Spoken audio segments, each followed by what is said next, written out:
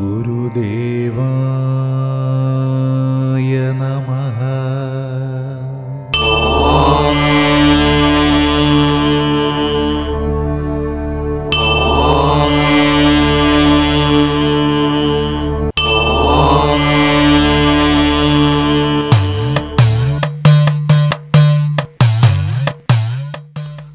മണ്ണന്തല ആനന്ദവല്ലീശ്വര ക്ഷേത്രം. തിരുവനന്തപുരത്തു നിന്നും MC റോഡിൽ കൂടി 10 കിലോമീറ്റർ വടക്കോട്ട് പോയാൽ മണ്ണന്തല ആനന്ദവല്ലീശ്വര ക്ഷേത്രമായി. ഗുരുദേവന്റെ അരുവിപ്പുറം പ്രതിഷ്ഠയെപ്പറ്റി കേട്ടറിഞ്ഞ മണ്ണന്തലയിലെ ചില പ്രമാണിമാർ അദ്ദേഹത്തെ സമീപിച്ച് അവർക്കൊരു സാത്വിക ദേവനെ പ്രതിഷ്ഠിച്ച് നൽകണമെന്ന് അപേക്ഷിച്ചു. നാട്ടുകാരുടെ ക്ഷണം സ്വീകരിച്ച് അദ്ദേഹം മണ്ണന്തലയിലെത്തി. അന്ന് അവിടെ ഒരു ക്ഷേത്രമുണ്ടായിരുന്നു, ഭദ്രകാളി ക്ഷേത്രം. അത് ഇളക്കി മാറ്റി പുതിയ പ്രതിഷ്ഠ നടത്താമെന്ന് ഗുരുദേവൻ സമ്മതിച്ചു. എന്നാൽ കുരുതിയും മദ്യനിവേദ്യവും അവസാനിപ്പിക്കാമെന്ന് ഗുരു അവരെക്കൊണ്ട് സമ്മതിപ്പിച്ചു. തുടർന്ന് ഭദ്രകാളി വിഗ്രഹം ഇളക്കി മാറ്റിയ ഗുരുദേവൻ കാളിപ്രീതിക്ക് വേണ്ടി തൂക്കം നടത്തുന്നതിന് ഉപയോഗിച്ചിരുന്ന തൂക്കവില്ലും വിഗ്രഹവും കൊണ്ടുപോയി അടുത്തുള്ള കുളത്തിൽ താഴ്ത്താൻ നിർദ്ദേശിച്ചു. നൂറ്റാണ്ടുകളായി ഈഴവ തീയ ജാതിക്കാർ ഭയഭക്തി ബഹുമാനങ്ങളോടെ ആരാധിച്ചു പോന്നിരുന്ന ദേവതയെ വലിച്ചിളക്കി കൊണ്ടുപോയി കുളത്തിൽ മുക്കിക്കൊല്ലത്തക്ക ഒരു മാനസിക പരിവർത്തനം വിശ്വാസികളിൽ സൃഷ്ടിക്കാൻ സഹായകമായ മാറ്റത്തിൻ്റെ പ്രേരക ശക്തി ഗുരുദേവന്റെ അമാനുഷികമായ സിദ്ധിബലം തന്നെയാണ്. ഭദ്രകാളിക്ക് പകരം പുതിയ ദേവതയെ പ്രതിഷ്ഠിക്കാമെന്ന് ഗുരുദേവൻ പറഞ്ഞു. എന്നാൽ പ്രതിഷ്ഠയ്ക്ക് നിശ്ചയിച്ചിരുന്ന സമയത്ത് അദ്ദേഹം എത്തിച്ചേർന്നില്ല. ജനം വളരെ നേരം കാത്തിരുന്നു. ഗുരുദേവൻ വന്നയുടൻ തന്നെ പ്രതിഷ്ഠയും നടത്തി. പ്രതിഷ്ഠയുടെ സമയം തെറ്റിച്ചതിൽ ഈർഷ്യ തോന്നിയ ഒരാൾ മറ്റുള്ളവരുടെ മുമ്പിൽ കേമനാകാൻ വേണ്ടി ഗുരുവിനോടൊരു ചോദ്യം ചോദിച്ചു. ഏത് രാശിയിലാണ് പ്രതിഷ്ഠ നടത്തിയത്? കുഞ്ഞ് ജനിച്ചിട്ടല്ലേ ജാതകം നോക്കേണ്ടതുള്ളൂ.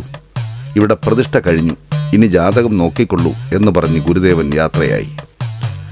വിദ്യ കൊണ്ട് പ്രബുദ്ധരാവുക എന്ന ഗുരുവചനം പ്രാവർത്തികമാക്കുവാൻ വേണ്ടി മണ്ണന്തല ക്ഷേത്രഭാരവാഹികൾ സ്ഥാപിച്ച നാരായണവിലാസം പ്രൈമറി സ്കൂളാണ് ഇന്ന് മണ്ണന്തല ഗവൺമെൻറ് ഹൈസ്കൂളായി മാറിയിരിക്കുന്നത്. പുതിയ ദേവിയെ പ്രതിഷ്ഠിച്ച് നൽകുക മാത്രമല്ല ഗുരുദേവൻ ചെയ്തത്, ദേവിയെ പ്രാർത്ഥിക്കാൻ മണ്ണന്തല ദേവീസ്തവം എന്ന 9 പദ്യങ്ങൾ ഉൾക്കൊള്ളുന്ന കീർത്തനം എഴുതി കൊടുക്കുക കൂടി ചെയ്തു. ഗുരുദേവന് യാത്ര ചെയ്യാൻ ക്ലേശകരമായിട്ടുള്ള ഒരു ദൂരയാത്രയൊക്കെ ചെയ്യാനായിട്ട് ബുദ്ധിമുട്ടുണ്ടായിരുന്ന സമയത്ത്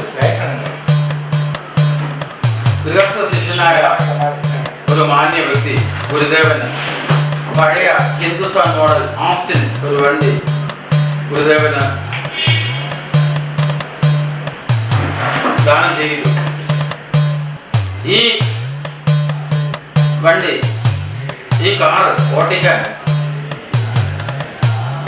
ഡ്രൈവർമാരെ കിട്ടാതിരുന്ന അവസരത്തിൽ ഒരു ദിവസം യാദൃശ്ചികമായിട്ട് നന്ദൻകോടുകാരനായിട്ടുള്ള ഒരു ജനാർദ്ദനൻ എന്ന് പറയുന്ന ആള്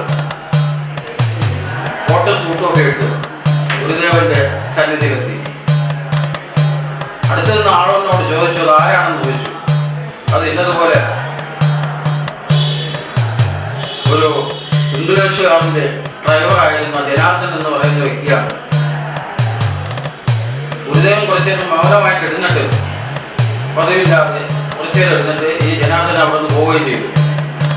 വേറൊരാൾ പറഞ്ഞു കൊടുത്തു, താങ്കളുടെ ഈ ഡ്രസ്സ് ഒന്ന് മാറ്റി സാധാ വേഷത്തിൽ മുണ്ടൊക്കെ എടുത്ത് ഭസ്മക്കുറി കേട്ട് പിറ്റേ ദിവസം വരാൻ പറഞ്ഞു. അത് അനുസരിച്ച് ഗുരുദേവ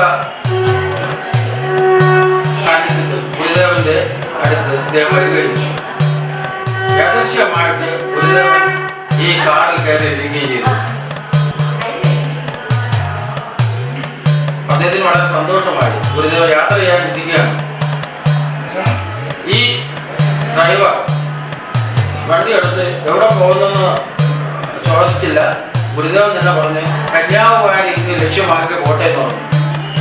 കന്യാകുമാരിയിലോട്ട് കോട്ടയെന്ന് പറഞ്ഞു. വണ്ടി നേരെ കന്യാകുമാരിയിലോട്ട് ലാക്കാക്കി പോയി. ഏകദേശം പരുത്തോമല എത്താറായപ്പോൾ ഗുരുദേവൻ പുറമോട്ട് നോക്കണ്ട എന്ന് അറിയിച്ചു ചെയ്തു. ഇദ്ദേഹം നേരെ കന്യാകുമാരിക്ക് ലക്ഷ്യമാക്കി ഡ്രൈവ് ചെയ്ത് കുറേ പോയപ്പോൾ ഇദ്ദേഹത്തിന് ഒരു സംശയം, ബാക്കിൽ ഗുരുദേവൻ ഇല്ലെന്നുള്ള ഒരു കാരണം അദ്ദേഹം തിരിഞ്ഞു നോക്കുമ്പോൾ യഥാർത്ഥമായിട്ട് ഗുരുദേവൻ ആ കാറിലില്ല, അപ്രത്യക്ഷമാവുകയും ചെയ്തു. ഇദ്ദേഹം ആകപ്പാടെ വ്യാകുലപ്പെട്ടു, ഗുരുദേവനെ കാണാനില്ല. ഇദ്ദേഹം കന്യാകുമാരി പോയിട്ട് കന്യാകുമാരി പോകുന്നതിന് മുമ്പായിട്ട് ഇടതുവശത്ത് മരുത്താമലയിൽ നോക്കിയപ്പോൾ മരുത്താമലയിലെ മേളിൽ ഒരാൾ നിൽക്കുന്നതായിട്ട് കണ്ടു. രണ്ടാമത് വിളിക്കാൻ പോയില്ല, തിരിച്ച് നേരെ ശിവേരിയിലോട്ട് വന്നു.